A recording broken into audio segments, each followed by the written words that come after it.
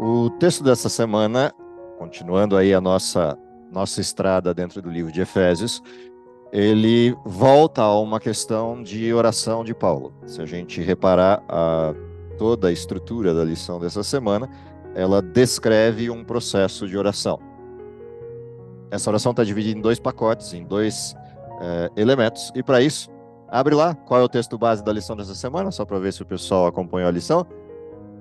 Qual foi o capítulo que estudamos? Efésios 3. Abre lá. 20 e 21 é o texto base, que é o que está no verso para meditação, e o capítulo inteiro foi o nosso foco de estudos. Abre lá o capítulo 3, vamos ler esse capítulo, porque ele tem algumas coisas muito interessantes para a gente prestar atenção. Vocês estudaram a lição durante a semana, vamos ao capítulo para a gente recapitular a lição. Se você reparar, Paulo começa com uma expressão. Verso 1, acompanha aí, ele começa assim: por causa disso, ou por essa causa, depende da tradução que você tiver da Bíblia, eu, Paulo, sou prisioneiro de Cristo, por amor de vós, os gentios. Se você reparar lá no verso 14, dá uma olhadinha lá. O que está escrito ali? Por causa disso, me ponho de joelhos diante do Pai. Reparou que ele faz isso duas vezes durante o período de oração dele. A primeira parte e a segunda parte têm exatamente a mesma referência. O que é o detalhe interessante desse capítulo? Ele não explica por quê. Paulo parece mulher falando, sabe? Mulher começa um assunto e depois muda e não bate seta, não diz para onde vai. Ele começa dizendo por essa causa e não explica qual é a causa, e depois ele vai de novo para esse mesmo tema, por essa causa, e não explica, e muda de assunto outra vez. Ou seja, nas duas vezes em que Paulo fala, ele muda de assunto e não explica a razão. E essa é uma coisa que chama atenção nesse capítulo, logo de cara, quando a gente começa a ler. Por que isso chama atenção? Porque alguma coisa muito importante rouba a atenção de Paulo quando ele fala por esta causa.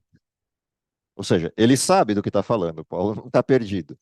Mas algo impacta a mente de Paulo quando ele lembra da causa. E ele passa a descrever essa coisa que chama Paulo para uma divagação em função dessa causa. Bom, para entender a causa, a gente teria que voltar no capítulo 2. E se você reparar, o final do capítulo 2 trata do quê? A maior parte das Bíblias traz título, né? Nas bordas dos capítulos, nas bordas dos textos. Qual é o título da segunda parte do capítulo 2 da carta de Paulo? Unidade em Cristo, ou gentios e judeus são unidos a partir da cruz. Percebe que ele passou um bloco inteiro falando disso, que é o resultado do amor de Cristo. O resultado do amor cristão é unidade em Cristo. O resultado da ação do Espírito Santo na vida dos crentes para quem Paulo pregava é unidade no amor cristão. Esse é o tema central. Aliás, é o tema central da carta de Efésios. Por essa causa, entenderam a questão? Qual é o tema central? Por causa disso, ou seja, o produto do evangelho é a unidade em Cristo, um em Cristo. Dentro deste contexto, Paulo vira e diz: por causa disso, sou prisioneiro de Cristo. Bom, o que chamou a atenção de Paulo para ele parar o tema e voltar-se a essa divagação. Vamos olhar a divagação de Paulo e a gente vai entender pelo menos algumas das questões que pairavam na mente dele nessa pausa que ele faz nessa temática. Ele diz assim, ó, por causa disso, eu, Paulo, prisioneiro de Cristo, por amor de vós, os gentios, se é que tendes ouvido a respeito da dispensação da graça de Deus, a mim confiada para vós outros, pois segundo uma revelação que me foi dada a conhecer, o mistério, conforme escrevi há pouco, resumidamente, pelo que quando ledes, podeis compreender o meu discernimento, o mistério de Cristo, o qual em outras gerações não foi dado a conhecer aos filhos dos homens, como é agora, e foi revelado aos seus santos apóstolos e profetas no Espírito. Percebe que Paulo faz aqui uma divagação, e essa divagação tem uma razão, a expressão, por causa disso. Bom, então o que Paulo está querendo dizer e para onde Paulo encaminhou seus pensamentos? A primeira coisa interessante quando a gente observa essa divagação de Paulo é que Paulo olha para si mesmo na missão e percebe alguma coisa acontecendo. E essa coisa aponta em duas direções. Direção número um: Paulo está preso por uma razão. Qual é a razão? Ele recebeu algo e transmitiu algo. Ou seja, ele está preso por algo que ele fez, e fez deliberadamente. Qual é a coisa que Paulo diz que recebeu, e ele chama de segredo, de mistério, e ainda infere que esse discernimento está sendo divulgado? Que coisa é essa que foi revelada para Paulo? E que coisa é essa que Paulo fez a partir dessa revelação e, consequentemente, a partir dessa revelação, ele vai preso?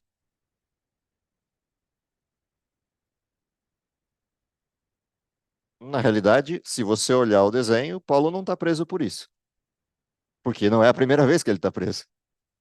Ele passou, ele está preso por causa do evangelho. Que evangelho é esse que Paulo, olhando para si, divaga a ponto de abandonar a frase inicial por causa disso e ir para uma outra direção? O que Paulo está querendo ensinar para as pessoas e dizer para as pessoas que estão ouvindo Paulo e vendo Paulo na prisão? Percebe que Paulo não coloca uma prisão qualquer.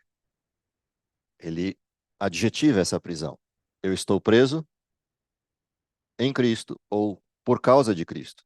Sou prisioneiro de Cristo. Mas Paulo está em Roma, preso em Roma, aguardando o julgamento de Nero. Por que ele diz que é preso de Cristo e não de Nero? O primeiro elemento interessante dessa divagação de Paulo é que ele olha para si mesmo e encontra propósito no que está fazendo, encontra razão para o que ele está fazendo. E essa é a primeira grande lição que ele está transmitindo para os membros da sua igreja.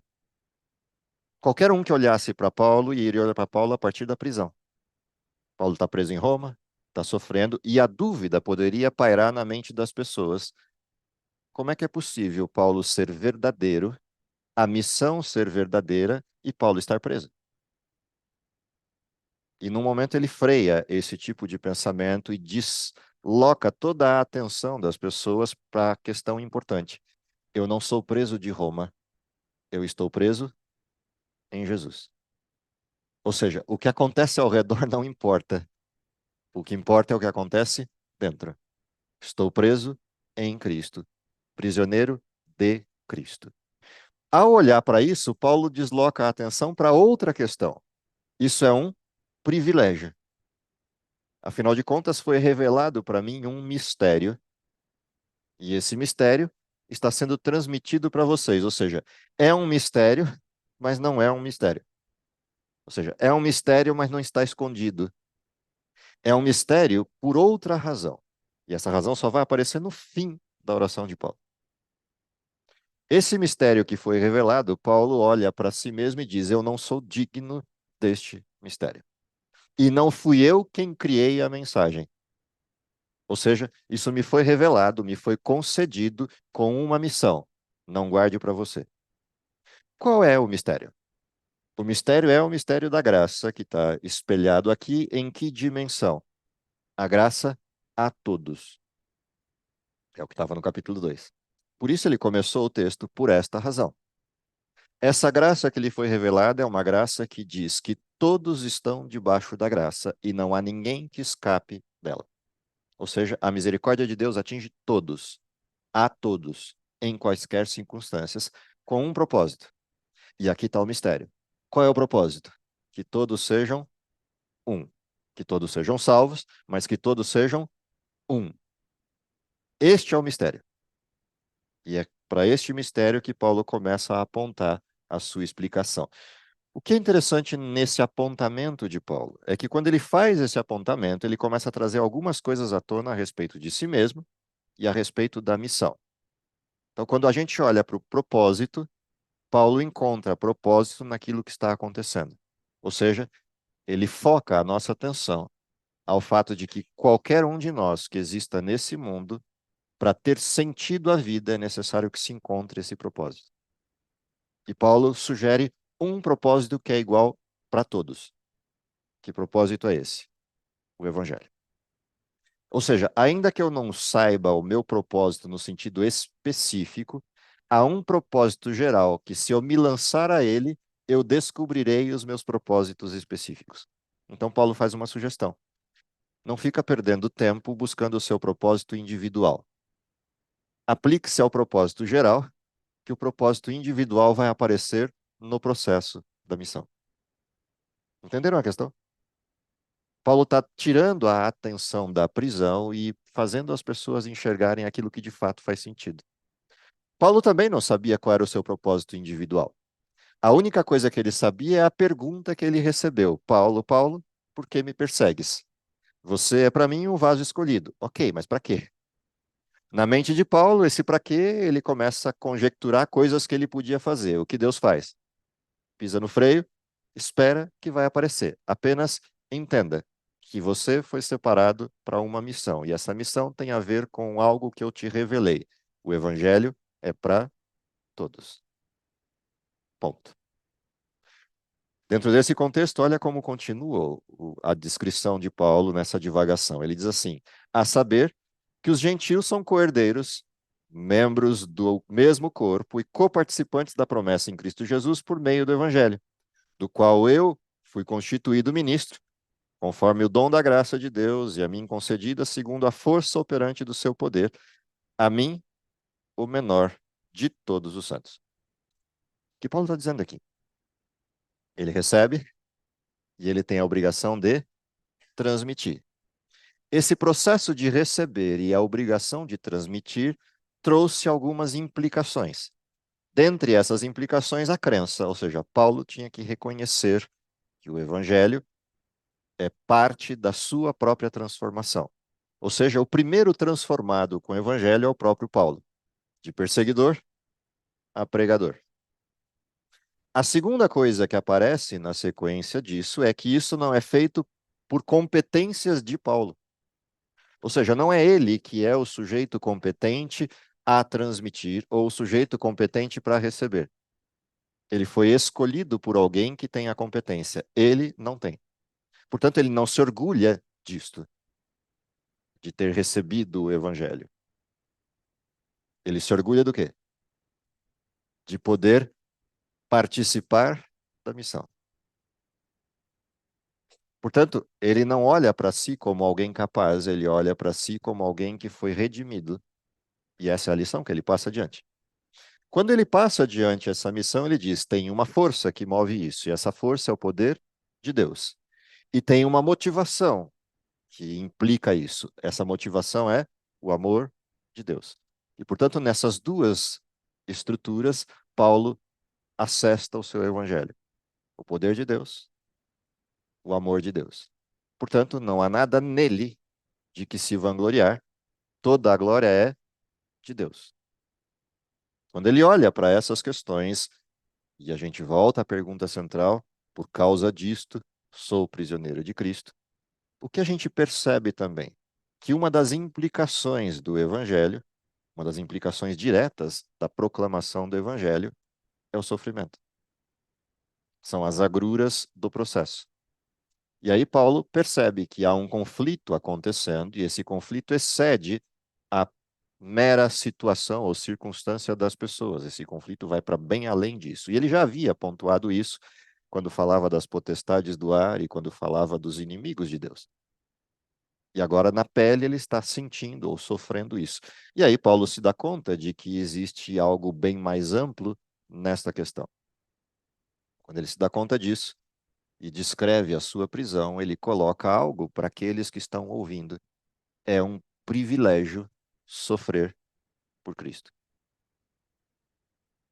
Parece esquisito isso. Paulo está defendendo a ideia de que a gente deve ser masoquista e viver o sofrimento, como prega a filosofia oriental. Qual é a questão aqui? A questão é que o sofrimento, no caso específico da missão de Paulo, demonstra a direção correta da missão. Ou seja, se está tudo tranquilo e tudo vai bem, alguma coisa está errada com a missão, porque a missão é guerra. Se está tudo em paz, significa que a guerra parou e significa que, das duas, uma, ou eu perdi o foco, ou eu sou aliado de quem está do outro lado da guerra. E por isso estou em paz, porque ele não me incomoda se eu estou do lado dele.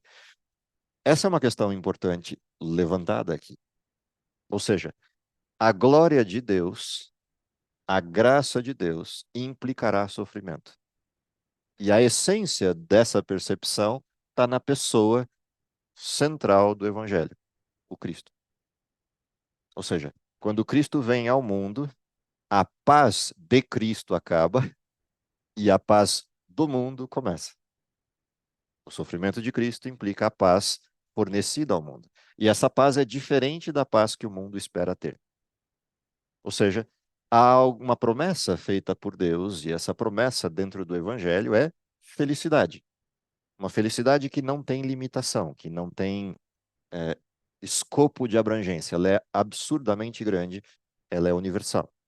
A promessa de Deus é felicidade eterna, em todas as dimensões. Mas, ao mesmo tempo que a felicidade eterna está prometida e a paz vem na carona disso, uma paz que excede todo o entendimento, há uma terceira via que aparece no Evangelho. No mundo tereis aflições. Eu venci o mundo. Portanto, o cristão descobre uma coisa curiosa no processo, para a qual ele tem que olhar e ter consciência de que vai acontecer. No momento em que ele se lança para a missão, e a missão individual começa a se desenhar na vida do cristão, ou seja, no momento que ele se lança na missão geral, que é conhecida por todos, e vai descobrindo a sua missão individual, ele vai descobrir em qual dimensão dessa missão individual o sofrimento vai lhe pegar. Porque vai pegar, de algum jeito. Por uma razão, estamos em guerra. Ou seja, o sofrimento não é algo que nós buscamos, é algo que nos vem de graça. Basta que se lance na missão e o sofrimento virá de graça, porque numa guerra, essa é a única coisa que se pode esperar. Portanto, Paulo aponta em duas direções: uma paz que está dentro dele e um conflito que está fora dele. E por isso ele começou dizendo: sou prisioneiro de Cristo, porque ele olha para dentro e encontra a paz que lhe permite estar na prisão e ao mesmo tempo em paz. E não é uma prisão simples, a de Paulo, porque uma prisão romana tem implicações, e uma dessas implicações é você ficar amarrado a um soldado dia e noite.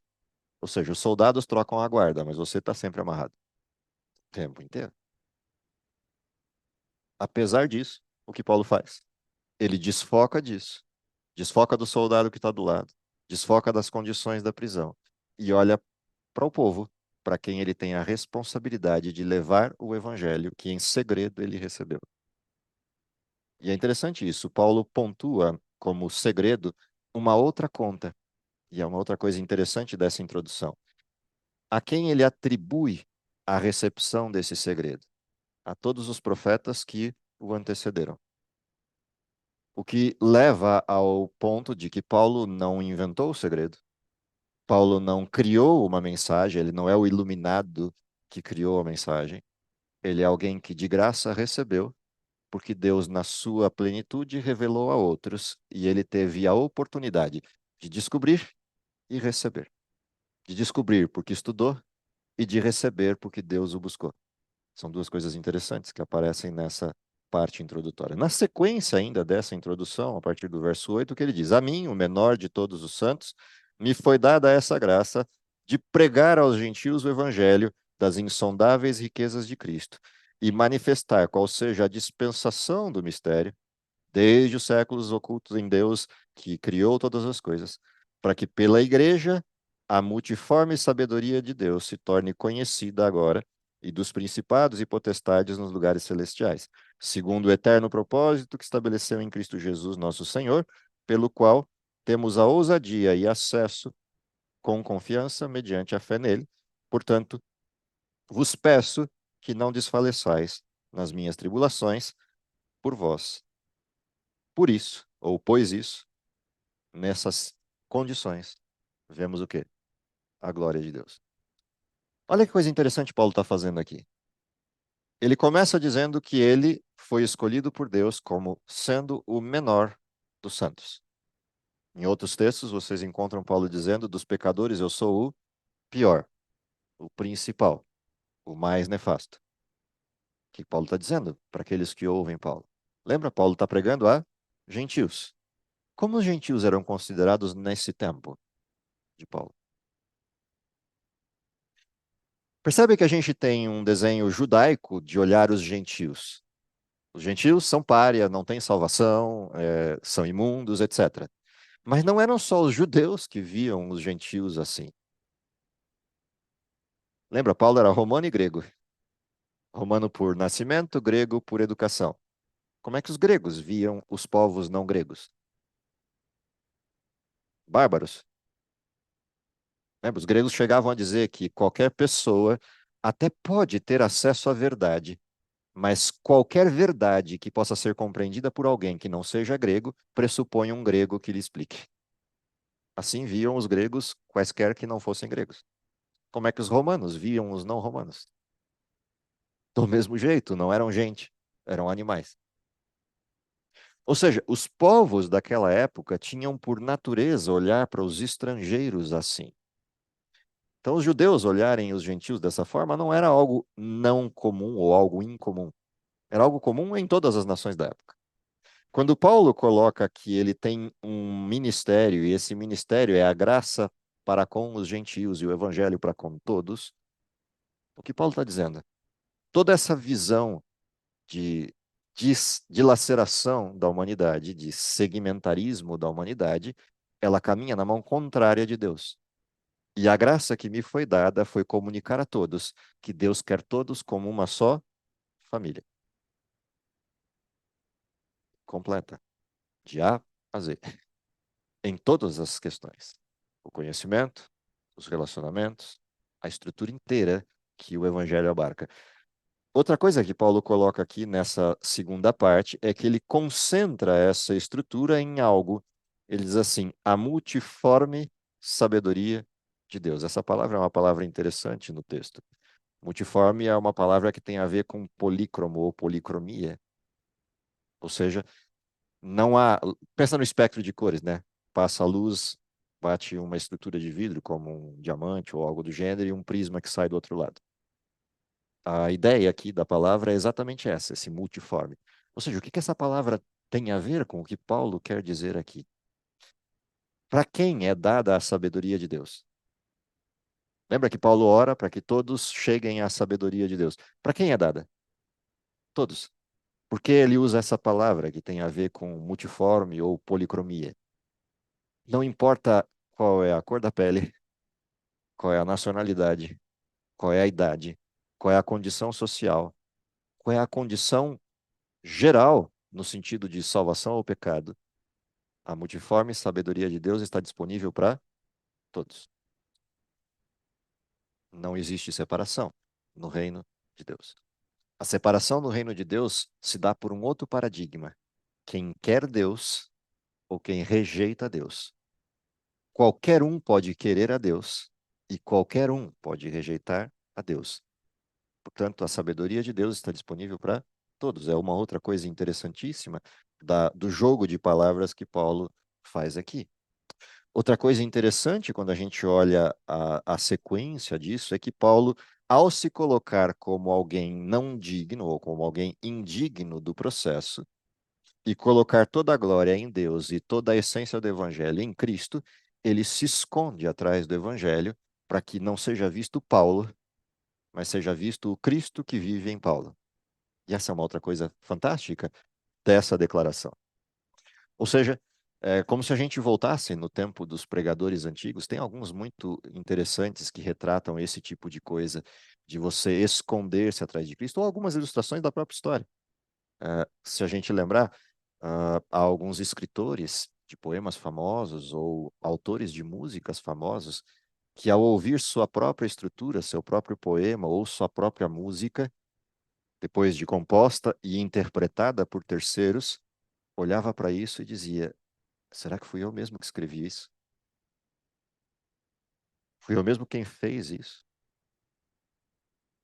A expressão de Paulo tem a ver exatamente com isso. Ele olha para a magnitude do resultado do evangelho. Lembra, a essa altura, o evangelho já tinha atingido quase 6 milhões de pessoas nesse contexto da prisão de Paulo. Portanto, um punhadinho de gente aqui no início, de 100, 150, 200 pessoas, pós-cruz de Cristo, pós-ascensão, se transformou numa infinitude de gente, de quase 6 milhões de cristãos. Ou seja, não havia espaço no Império Romano onde o evangelho não houvesse chegado. E Paulo olha para isso e olha a dimensão disso e olha para ele mesmo e diz: não é possível. Não tem razão para isso. E ele olha a pessoa de Cristo nesse contexto. É muito interessante perceber essa expressão de Paulo de se colocar atrás do evangelho. E isso, de certa maneira, ilustra o que deveria ser o evangelho em nós. A pregação do evangelho deveria ser impactante a tal ordem que as pessoas não nos vissem mais, só vissem Cristo, o Cristo que vive em nós. E se convertessem por ter ouvido Cristo e não a nós. Essa é uma outra coisa importante da descrição de Paulo. E por fim, ele termina com um apelo. Qual é o apelo? Eu peço para que vocês não desanimem, não desfaleçam, ou seja, não percam as forças por conta da minha prisão. Com que Paulo está preocupado? Com uma coisa que poderia bloquear o evangelho, o medo. Lembram na expressão bíblica, o que lança fora o medo? O amor. Por que Paulo concentra a sua atenção no amor de Cristo? Porque o amor lança fora o medo. Se ele concentra em outra coisa, o medo poderia derrubar os futuros cristãos.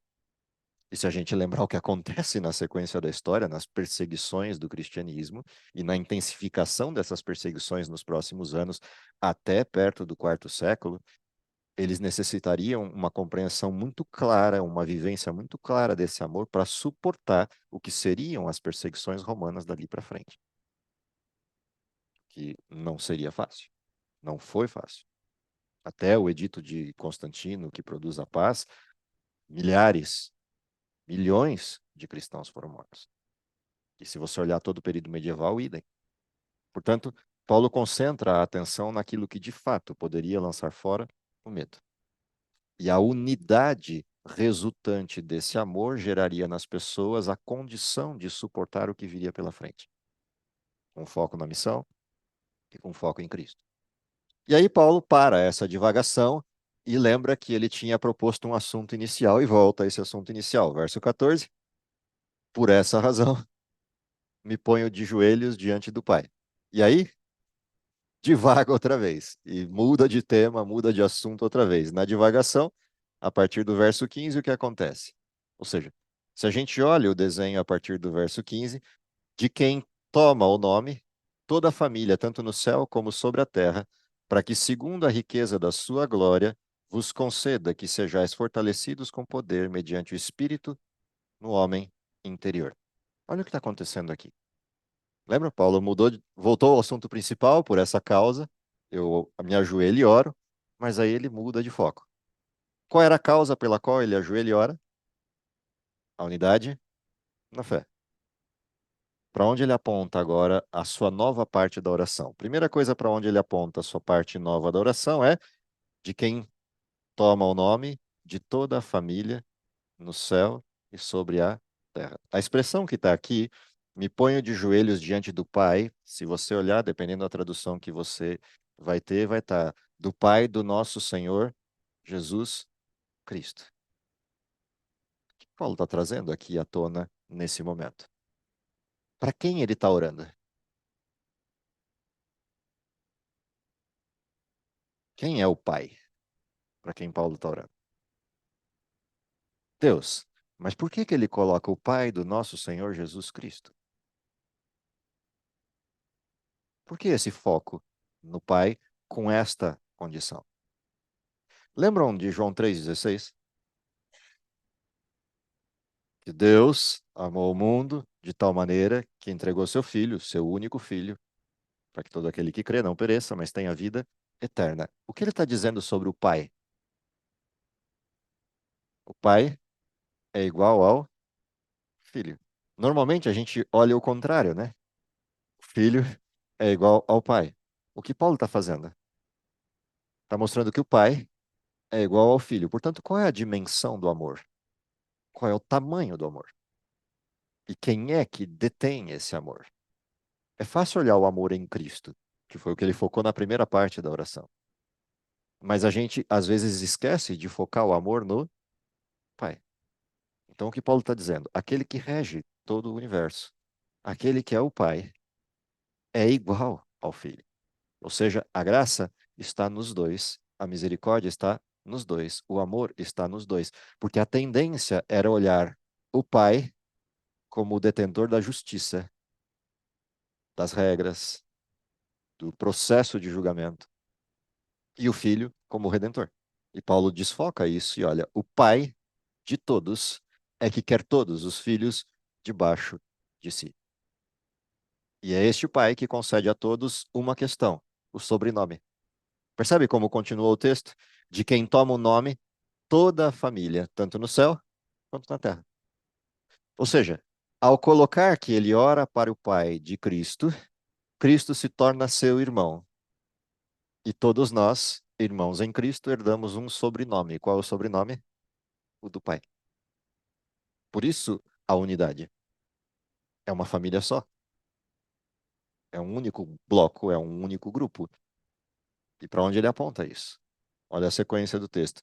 Para que, segundo a riqueza da sua glória, vos conceda que vos fortaleçais, ou sejam fortalecidos, no poder, mediante o Espírito no homem interior. Essa é uma expressão típica grega, homem interior.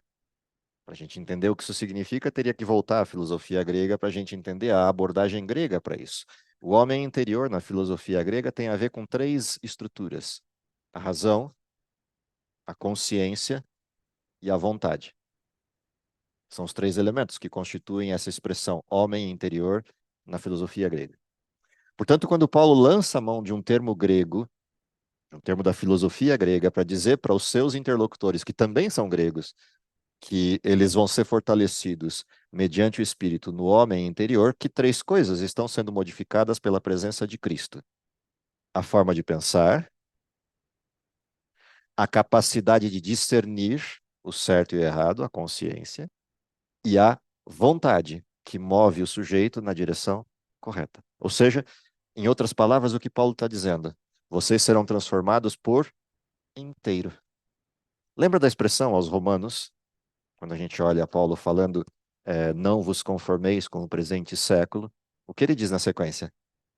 Transformai-vos pela renovação da vossa mente. Quando ele pontua, Deus quer que nós nos apresentemos a Ele por sacrifício vivo, santo e agradável, e termina dizendo que é vosso culto. Entenderam o que Paulo fez? É a mesma expressão grega. O homem interior. A razão, culto racional. A capacidade de pensamento, transformai, renovai a vossa mente. E o discernimento, qual seja a santa, a boa, a agradável vontade de Deus. O que Paulo está dizendo, em outras palavras, para os seus interlocutores: o amor de Cristo, ele não é só aquele que me salva, no sentido de me fornecer a redenção, me tirar do sofrimento desse mundo. Não. O amor de Cristo é mais amplo do que isso. Ele me muda por inteiro, a imagem e semelhança de Deus. Do mesmo jeito que Cristo é a imagem e semelhança do Pai. É isso que Paulo está montando como arquitetura nas frases dele. Ou seja, ele está pregando para o seu povo aquilo que é a essência do por esta razão eu oro. Ou seja, o único jeito de aquela unidade da qual ele falou no capítulo 2 acontecer é que essas coisas que estão na divagação do primeiro e do segundo bloco ocorram com o cristão. Caso contrário, não haverá unidade. Não existe possibilidade de unidade se essas coisas não acontecerem. E aí ele continua e diz assim: e assim habite Cristo no nosso coração, no vosso coração, pela fé, estando vós arraigados e alicerçados em amor. E aqui, de novo, ele usa uma expressão bastante peculiar, não é uma expressão qualquer.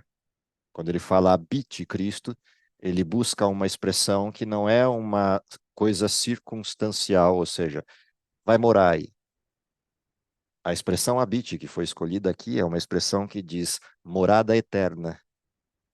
Ou seja, quando Paulo vira para eles e diz assim, habite Cristo em vosso coração pela fé, ele diz que Cristo fica aí e nunca mais saia. E a razão para nunca mais sair é porque vocês estão alicerçados no amor. Percebe que é a mesma expressão de Romanos 5? Se você olha a sequência, justificados, pois, mediante a fé temos paz com Deus, e aí vem toda a sequência do que acontece por causa dessa paz, processo de crescimento e aprofundamento da experiência cristã, mas ele termina dizendo o quê? A esperança não confunde. E essa esperança foi depositada no coração de vocês pelo Espírito por causa do ou no amor. É a mesma expressão que ele traz para cá. Se você continua a leitura, o que ele diz? A fim de poderdes compreender com todos os santos qual é a largura, o comprimento, a altura, a profundidade e conhecer o amor de Cristo que excede todo o entendimento, para que sejais tomados de toda plenitude de Deus. E aqui ele chega no ápice da sua divagação, entre aspas, a palavra divagação. Qual é o ápice disso? O ápice disso é compreender Deus. Não no sentido de um entendimento barato, de entender tudo o que Deus é, porque isso é impossível, mas o compreender Deus no sentido da magnitude do seu amor, que não tem limites. E por isso, Paulo evoca aqui uma coisa que a gente discutia aqui no início da lição, ele evoca dimensões fora das dimensões usuais. 4 dimensões, que é o que a gente discutia agora há pouco. Ou seja, qual é a altura, a largura, a profundidade, o comprimento. Ele desloca para 4 dimensões o processo. Por que 4 dimensões e não 3, que são as usualmente conhecidas? Não há limite para o conhecimento e para o amor de Deus. Portanto, quando ele diz assim, quero que vocês compreendam todos os santos, essas dimensões todas, e entendam que o amor de Cristo excede todo entendimento, ele cria um paradoxo aqui. Qual é o paradoxo? Por um lado, ele olha para que eu compreenda todas as dimensões, e depois ele diz: o amor de Cristo excede todas as dimensões. Ainda que eu compreenda tudo, ainda falta coisa. Entenderam o que ele fez? É um paradoxo. Ele quer que eu compreenda tudo, mas o paradoxo é excede todo entendimento. Portanto, a razão humana não é suficiente para compreender a totalidade do amor de Deus. Então, o inverso se torna igualmente necessário, o que pode restringir o amor de Deus. Entenderam o que aconteceu aqui? O paradoxo que ele criou? Ao mesmo tempo que não há limite para o amor de Deus, excede as dimensões. Qual é o paradoxo? Há algo que pode bloquear todas essas dimensões. Qual é esse algo? O entendimento, a vontade humana, a consciência humana. Ou seja, é escolha. O processo do livre-arbítrio está manifesto aqui.